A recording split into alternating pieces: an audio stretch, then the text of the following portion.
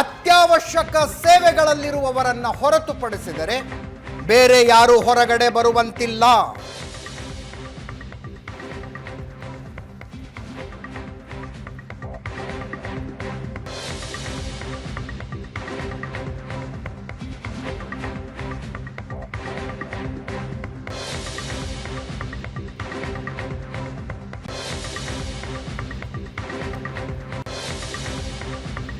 ಇವತ್ತಿನಿಂದಾನೇ night curfew ಜಾರಿ ಆಗ್ತಾ ಇದೆ.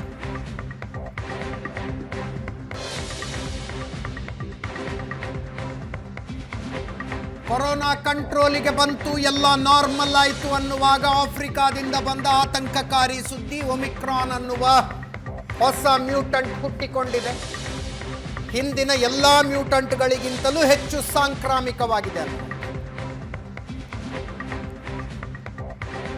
ಪ್ರಪಂಚದ ಮೂಲೆ ಮೂಲೆಗೂ ತಲುಪಿಯಾಗಿದೆ ಒಮಿಕ್ರಾನ್. ಭಾರತ ಕೂಡ ಹೊರತಲ್ಲ. ಭಾರತದ ಮೊಟ್ಟ ಮೊದಲ ಒಮಿಕ್ರಾನ್ ಕೇಸ್ ಪತ್ತೆಯಾಗಿದ್ದು ಕರ್ನಾಟಕದಲ್ಲಿ, ಬೆಂಗಳೂರಿನಲ್ಲಿ.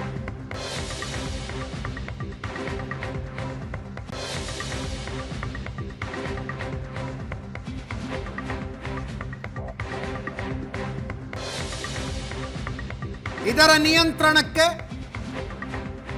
ನೈಟ್ ಕರ್ಫ್ಯೂ ಅಂತ ಇದೆ ರಾಜ್ಯ ಸರ್ಕಾರ.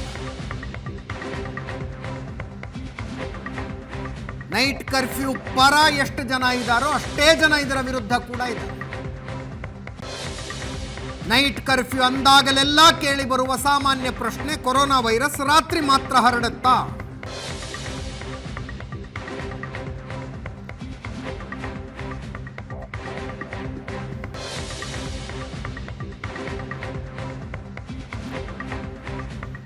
ಈ ಚರ್ಚೆಗಳ ಮಧ್ಯದಲ್ಲಿ ನಿನ್ನೆ ದೇಶದಲ್ಲಿ ಒಂದು ದಿನದಲ್ಲಿ ಪತ್ತೆಯಾದ ಅತಿ ಹೆಚ್ಚು ಒಮಿಕ್ರಾನ್ ಕೇಸ್ಗಳನ್ನು ನಾವು ನೋಡಿದ್ವಿ. ಒಂದೇ ದಿವಸ ಅತಿ ಹೆಚ್ಚು.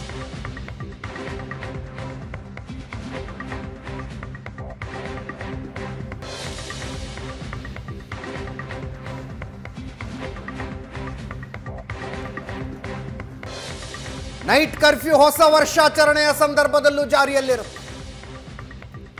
ಡಿಸೆಂಬರ್ 30, 31, ಜನವರಿ 1 ಮತ್ತು 2 ಕೇವಲ ನೈಟ್ ಕರ್ಫ್ಯೂ ಮಾತ್ರ ಅಲ್ಲ. ಹೋಟೆಲ್, ಬಾರ್, ಪಬ್, ರೆಸ್ಟೋರೆಂಟ್ಗಳಲ್ಲಿ 50-50 ಟೋಟಲ್ ಆಕ್ಯುಪೆನ್ಸಿ ಕೆಪಾಸಿಟಿಯ ಅರ್ಧದಷ್ಟು ಜನರಿಗೆ ಮಾತ್ರ ಸೇವೆ ಕೊಡಬೇಕು ಅನ್ನುವ ರೂಲ್ ಜಾರಿಯಲ್ಲಿರುತ್ತೆ. ಡಿಸೆಂಬರ್ 31 ಬಂಪರ್ ವ್ಯಾಪಾರಕ್ಕೆ ಕಾಯ್ದು ಕುಳಿತಿರ್ತಾರೆ ಹೋಟೆಲ್ನವರು, ಬಾರು, ಪಬ್, ರೆಸ್ಟೋರೆಂಟ್ಗಳವರು. ಆವತ್ತು ಸಾಮರ್ಥ್ಯದ ಅರ್ಧದಷ್ಟು ಜನರಿಗೆ ಮಾತ್ರ ಸೇವೆ ಕೊಡಬೇಕು ಅನ್ನುವ ರೂಲ್ಸ್. ಸಾಮರ್ಥ್ಯದ ಅರ್ಧದಷ್ಟು ಜನ. 10 ದಿನಗಳ ನೈಟ್ ಕರ್ಫ್ಯೂ, 4 ದಿನಗಳ ನಿಬಂಧನೆಗಳು. ವ್ಯಾಪಾರಿ ಸಮೂಹಕ್ಕೆ ಶಾಕ್ ಇದು. ಜೊತೆಗೆ ಟ್ರಾವೆಲ್ಸ್ನವರಿಗೆ. ಮುಖ್ಯಮಂತ್ರಿಗಳನ್ನ ಕೇಳಿದ್ರೆ ಅವ್ರು ಹೇಳ್ತಾರೆ, ಜನರಿಗೆ ಕಷ್ಟ ಕೊಟ್ಟು ನಾವು ಖುಷಿ ಪಡುವಂಥದ್ದಿಲ್ಲ, ಅನಿವಾರ್ಯ ಅನ್ನುವ ಕಾರಣಕ್ಕಾಗಿ ಇಂಥ ನಿಬಂಧನೆಗಳನ್ನು ವಿಧಿಸಬೇಕಾಗಿದೆ.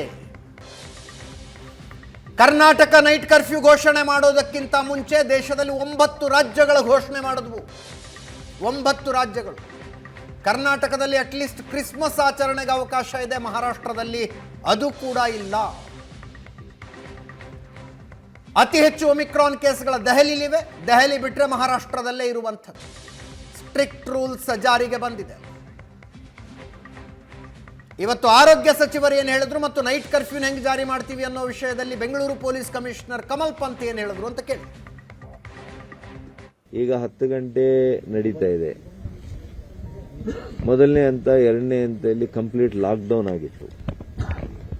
ಯಾಕಾಗಿತ್ತು ಅನ್ನೋದನ್ನ ಅವರೊಂದು ಸ್ವಲ್ಪ ನೆನಪು ಮಾಡ್ಕೊಂಡು, ಸರ್ಕಾರ ಒಂದು ನಿರ್ಧಾರ ಮಾಡಕ್ ಮುಂಚೆ ಅನೇಕ ವಿಷಯಗಳನ್ನ ಚರ್ಚೆ ಮಾಡಿ, ತಾಂತ್ರಿಕ ಸಲಹಾ ಸಮಿತಿಯವರ ಜೊತೆ ಚರ್ಚೆ ಮಾಡಿ, ಅದರ ಎಲ್ಲ ಸಾಧಕ ಬಾಧಕಗಳನ್ನು ನೋಡಿನೇ ನಿರ್ಣಯ ಮಾಡುತ್ತೆ. ಸುಮ್ಮನೆ ಯಾವುದೋ ಒಂದು ವಿಚಾರಕ್ಕೆ ಅಥವಾ ಒಂದು ನಿರ್ಧಾರನ ಸರ್ಕಾರ ಸುಮ್ಮನೆ ತಗೊಳ್ಳುವಂಥದ್ದು ಯಾವುದೇ ಕಾರಣಕ್ಕೂ ತಗೊಳ್ಳಲ್ಲ. ಮತ್ತು ನೆನ್ನೆನೇ ಹೇಳಿದ್ದೀನಿ, ನಾವು ಯಾವುದೇ ಚಟುವಟಿಕೆಗಳನ್ನ ನಿರ್ಬಂಧ ಮಾಡೋದ್ರಲ್ಲಿ ನಮಗೇನು ಬಹಳ ಸಂತೋಷ ತರುತ್ತೆ ಅಂತ ನಾನು ಹೇಳಕ್ ಹೋಗಲ್ಲ. ಇವತ್ತಿಂದ ರಾತ್ರಿ ಕರ್ಫ್ಯೂ ಜಾರಿ ಆಗೋದ್ರಿಂದ ಎಲ್ಲ ಕಡೆ ನಾವು ಪೊಲೀಸ್ ಡಿಪ್ಲಾಯ್ಮೆಂಟ್ ಮಾಡಿ ಅಲ್ಲಿ ವೆಹಿಕಲ್ಗಳಿಗೆ ಚೆಕ್ ಮಾಡೋ ವ್ಯವಸ್ಥೆ ಕೂಡ ಮಾಡ್ತೀವಿ. ಯಾರಿಗೆ ಈ ಆದೇಶ ಪ್ರಕಾರ ಈ ಕನ್ಸೆಷನ್ಸ್ ಇದೆ, ಅಂದರೆ hospital, airport, railway station, bus stand ಹೋಗೋರು, ಮತ್ತು ರಾತ್ರಿ ಪಾಡಿಯಲ್ಲಿ ಕೆಲಸ ಮಾಡೋರು, ಮತ್ತು ಬೇರೆ ಯಾವುದೋ ಒಂದು ಅವಶ್ಯಕ ಕರ್ತವ್ಯಕ್ಕೆ ಎಸೆನ್ಷಿಯಲ್ ಸರ್ವಿಸಲ್ಲಿ ಕೆಲಸ ಮಾಡೋರು, ಅಂಥವ್ರಿಗೆ ಮಾತ್ರ ಅವಕಾಶ ಇದೆ. ಅವ್ರಿಗೆ ಬಿಟ್ಟರೆ ಬೇರೆಯವ್ರಿಗೆ ಓಡಾಡಲಿಕ್ಕೆ ಅವಕಾಶ ಇಲ್ಲ. ಅಂಥ ಕೇಸ್ ಯಾವ ಸಿಕ್ಕಿದರೆ ಅವ್ರಿಗೆ ಪೊಲೀಸವರು ಡಿಟೈನ್ ಮಾಡ್ತಾರೆ. ಮತ್ತು 10 ಗಂಟೆ ಮೇಲೆ ಯಾವ ಥರದ್ದು ಕಮರ್ಷಿಯಲ್ ಆ್ಯಕ್ಟಿವಿಟೀಸ್ ಅದಕ್ಕೆ ನಡೆಯೋಕ್ಕೆ ಅವಕಾಶ ಇಲ್ಲ. ಅದರಿಂದ ಪೊಲೀಸರು ಅಂಥವ್ರು ಯಾರು ಎಲ್ಲಿಯೋ ಕಂಡು ಬಂದರೆ ಅವ್ರ ಮೇಲೆ ಕ್ರಮ ತಗೊಳ್ತಾರೆ. ವ್ಯಾಪಾರಿ ಸಮೂಹವನ್ನು ಕೇಳಿ ನೋಡಿದ್ವಿ ನಾವು, ನೈಟ್ ಕರ್ಫ್ಯೂ ಬಗ್ಗೆ ಏನು ಹೇಳ್ತೀರಿ ಅಂತ. ಅವರ ಅಭಿಪ್ರಾಯಗಳು ಏನಿದ್ವು ಅನ್ನೋದನ್ನು ಕೇಳಿಸ್ಕೊಳ್ಳಿ. ವೈಜ್ಞಾನಿಕ ತುಂಬ ದುಷ್ಪರಿಣಾಮ ಬೀರ್ತಾ ಇದೆ. ಸರ್ಕಾರಕ್ಕೆ ನಾವು ಪ್ರಾಂಪ್ಟಾಗಿ ಟ್ಯಾಕ್ಸ್ ಕಟ್ಕೊಂಡು ಬಂದಿದ್ದೀವಿ. ಈಗ ಒಳ್ಳೆ ಸೀಸನ್ಲಿ, ವ್ಯಾಪಾರ ನಡೆಯೋ ಸೀಸನ್ಲಿ ನೀವು ಇದ್ದಕ್ಕಿದ್ದಂಗೆ ನೈಟ್ ಕರ್ಫ್ಯೂ, ಇದು 50% ಕೆಪಾಸಿಟಿ ಅಂದರೆ ತುಂಬ ತೊಂದರೆ ಆಗ್ತದೆ. ನೀವು ಕೋವಿಡ್ ಲಸಿಕೆ ತೊಗೊಳಕ್ಕೆ ಹೇಳಿ, ಮಾಸ್ಕ್ ಹಾಕ್ಕೊಳ್ಳೋಕೆ ಹೇಳಿ, ಸ್ಯಾನಿಟೈಸರ್ ಮಾಡ್ಕೊಳ್ಳೋಕೆ ಹೇಳಿ ಒಪ್ಪೋಣ. ಅದು ಬಿಟ್ಬಿಟ್ಟು ನೀವು ರಾತ್ರಿ 10 ಗಂಟೆಗೆ ಕ್ಲೋಸ್ ಮಾಡಿ ಅಂತ ಹೇಳಿದ್ರೆ ತುಂಬ ತೊಂದರೆ ಆಗ್ತದೆ. ಅಂದರೆ ಹೊರಗಡೆ ಊರಿಂದ ಬಂದವರಿಗೆ ಊಟ ತಿಂಡಿ ಹಾಗೆ ಇದು ಎಸೆನ್ಷಿಯಲ್ ಸರ್ವಿಸು, ನಾವು ಟ್ಯಾಕ್ಸ್ ಕಟ್ಟೋಕ್ಕೂ ತೊಂದರೆ ಆಗ್ತದೆ.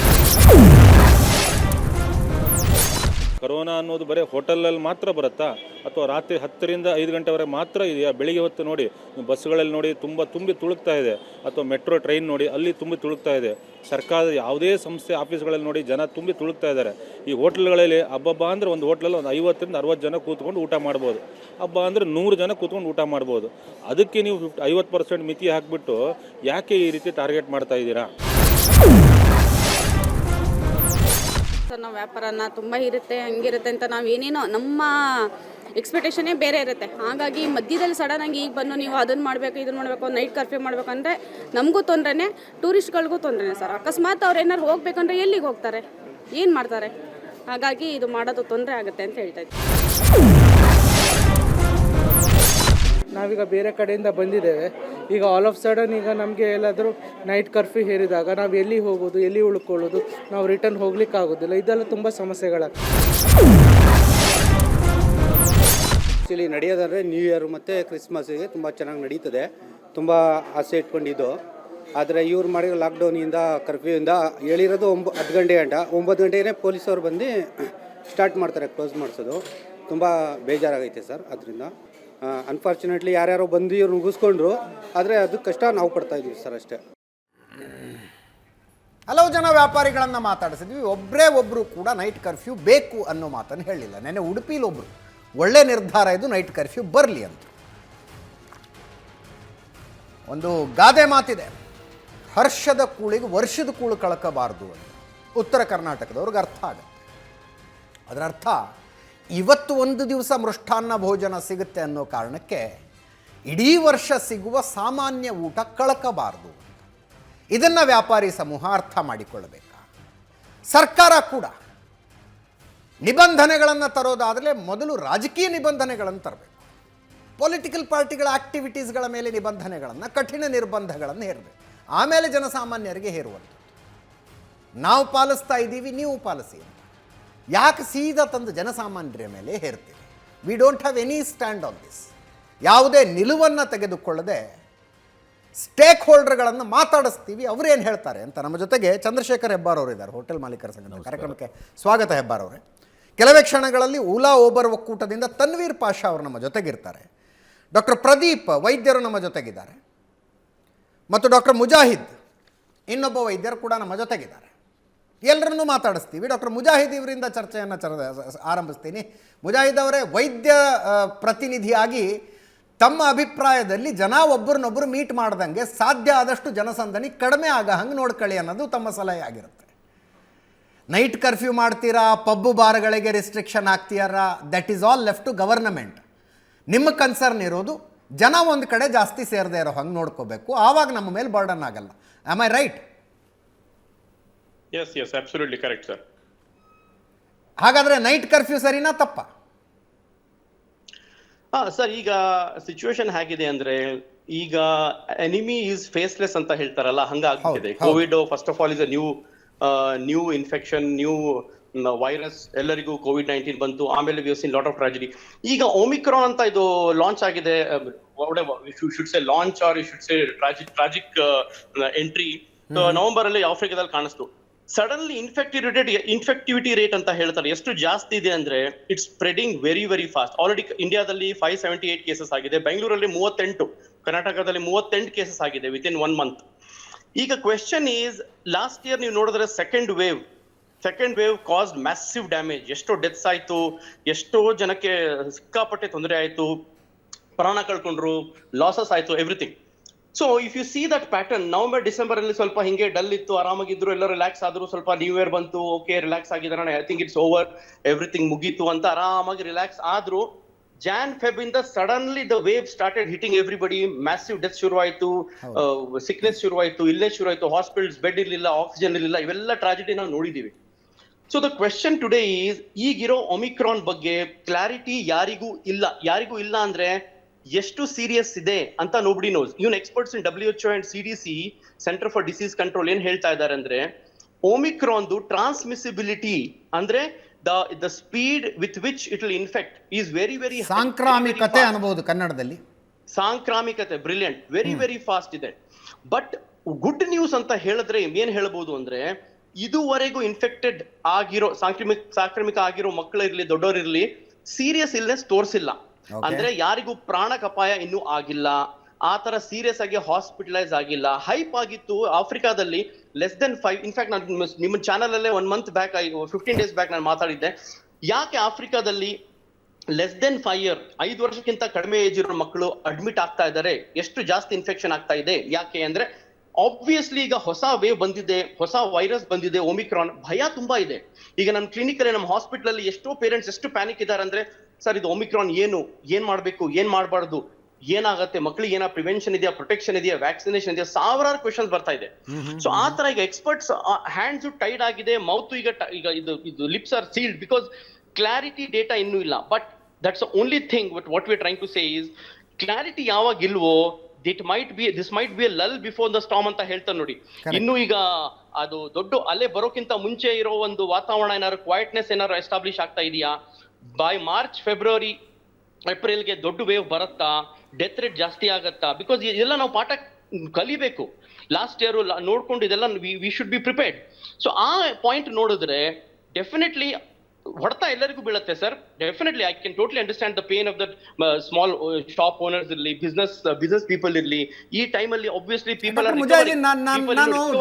ಕಾಮನ್ ಮ್ಯಾನ್ ಕ್ವಶನ್ಸ್ ಕೇಳ್ತೀನಿ ನಿಮಗೆ, ಜನಸಾಮಾನ್ಯರು ನನ್ ಕೇಳುವಂತ ಪ್ರಶ್ನೆನ ನಾನು ನಿಮಗೆ ಕೇಳ್ತೀನಿ.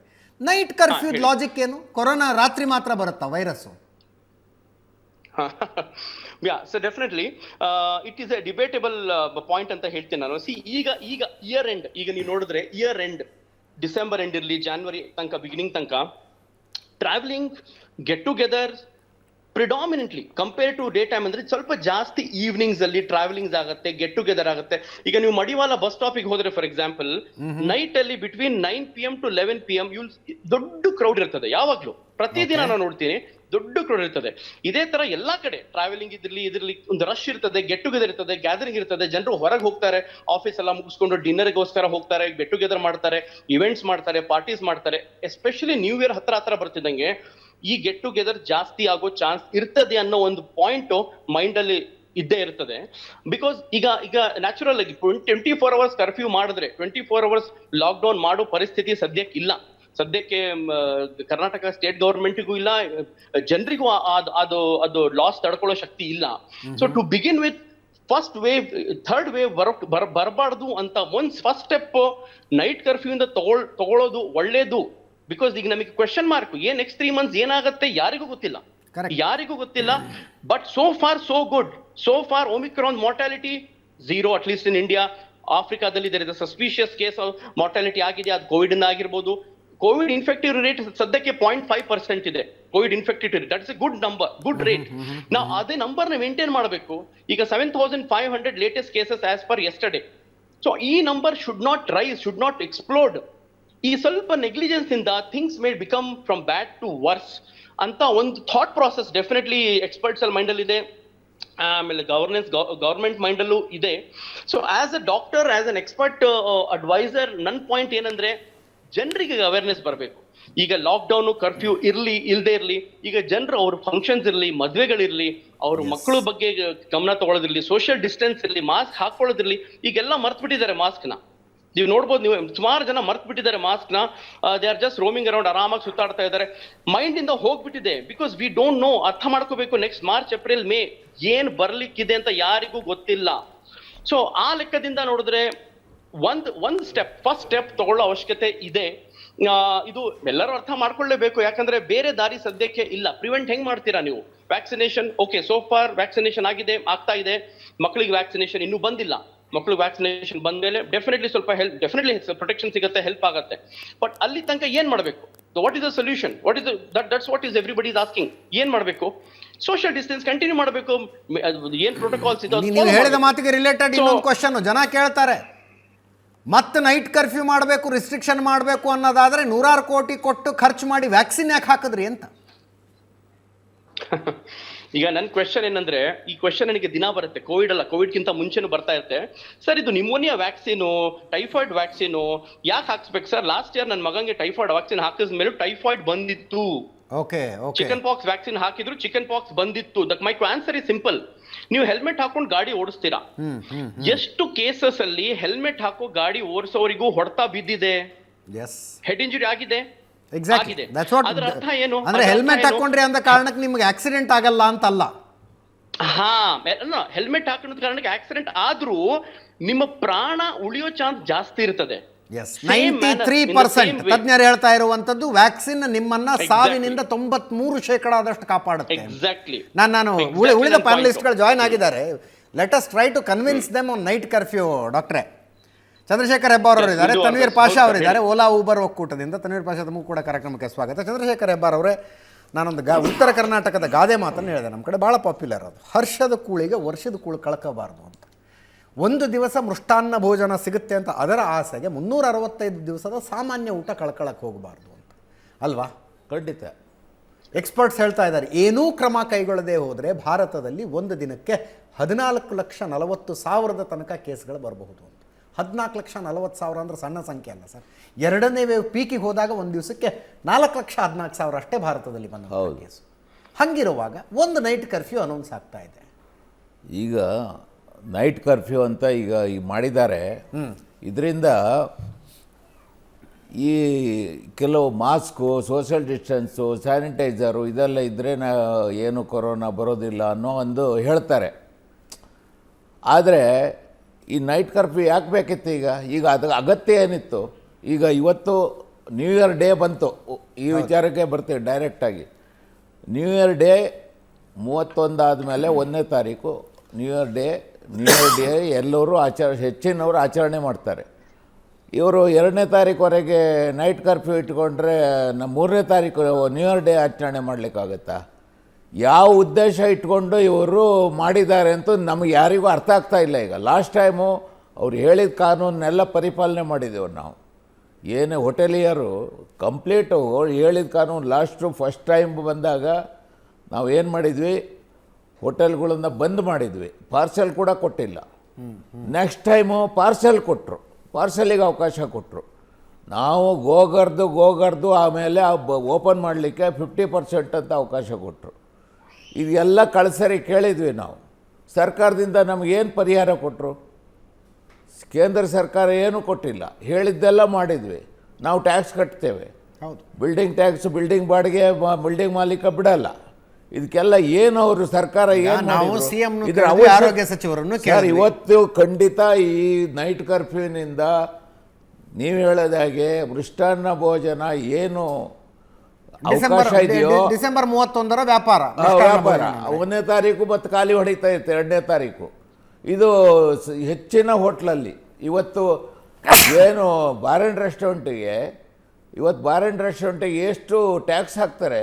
ಹೌದು, ಅವರಿಗೆ ವರ್ಷದಲ್ಲಿ ಒಂದು 100 ದಿನ ಅದು ಇದು ಎಲೆಕ್ಷನ್ನು ಅದು ಇದು ಅಂತ ಹಬ್ಬ ಹರಿದಿನ ಅಂತ ಬಂದ್ ಮಾಡಿಸ್ತಾರೆ. ಅವ್ರು ಎಲ್ಲಿಂದ ಕಟ್ಟಬೇಕು ಬಾಡಿಗೆ ಇದು ಟ್ಯಾಕ್ಸು? ಆದರೆ ಅದನ್ನೇ ನಾವು ಡಿಸ್ಕೌಂಟ್ ಮಾಡ್ತಾರೆ. ಸರ್ಕಾರ ಹೇಳಿದ್ದಕ್ಕೆ ಅವ್ರು ಬಾಗಿಲು ಹಾಕಬೇಕು.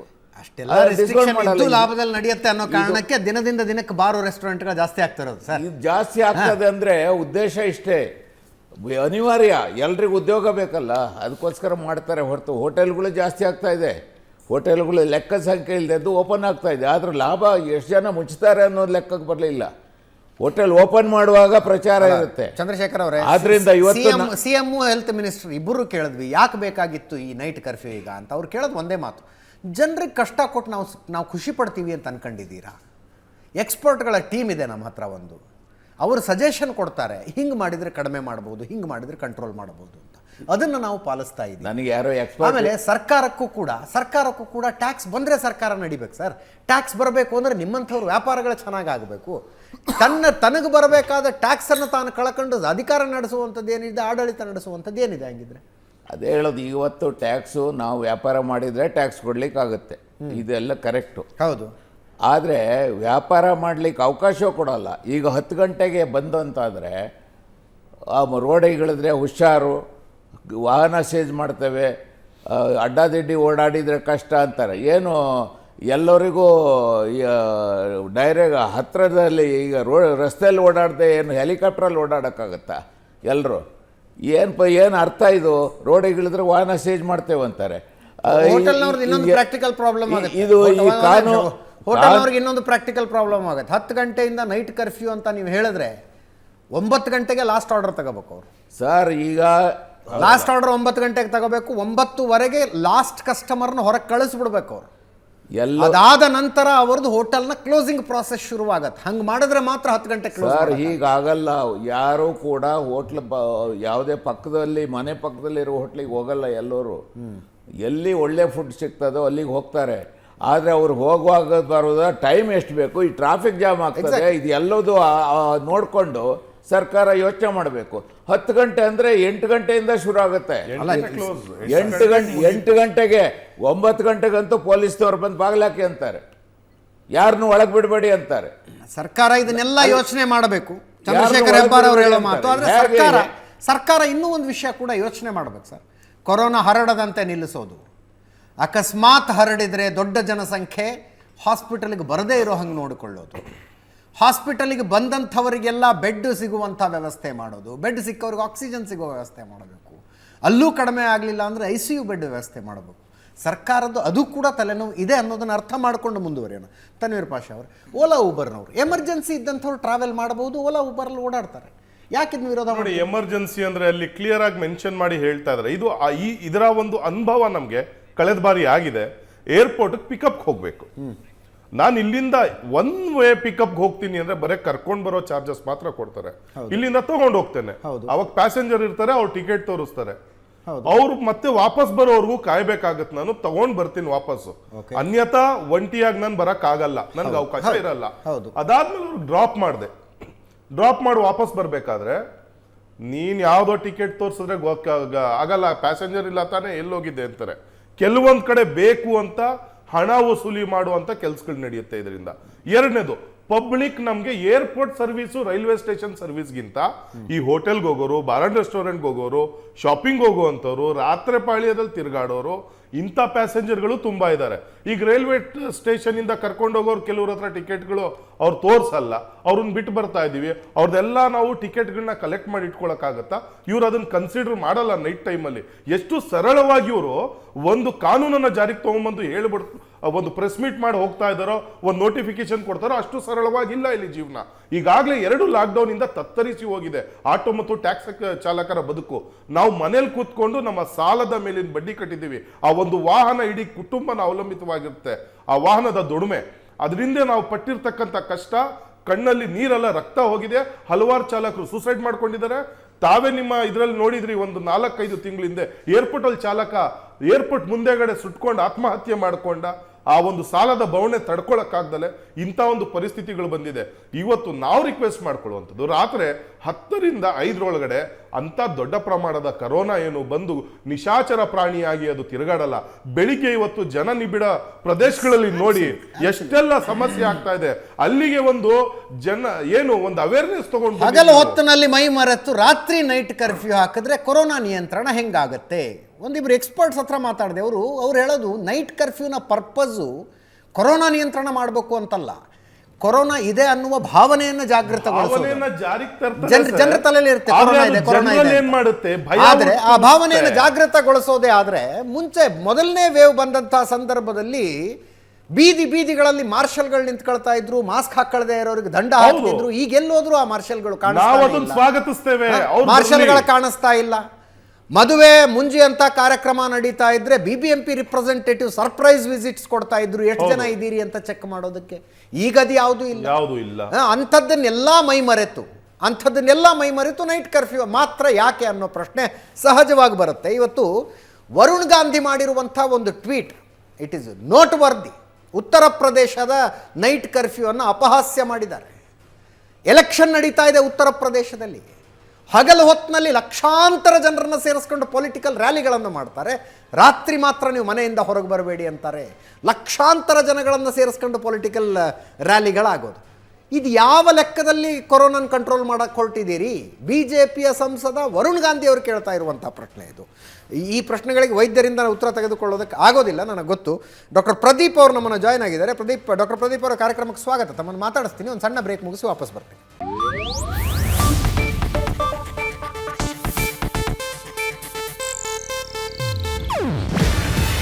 ಇದು ಏಷ್ಯಾನೆಟ್ ನ್ಯೂಸ್ ನೆಟ್ವರ್ಕ್ ಪ್ರಸ್ತುತಿ. ನೀವು ನೋಡ್ತಿದ್ದೀರಾ ಏಷ್ಯಾನೆಟ್ ಸುವರ್ಣ ನ್ಯೂಸ್.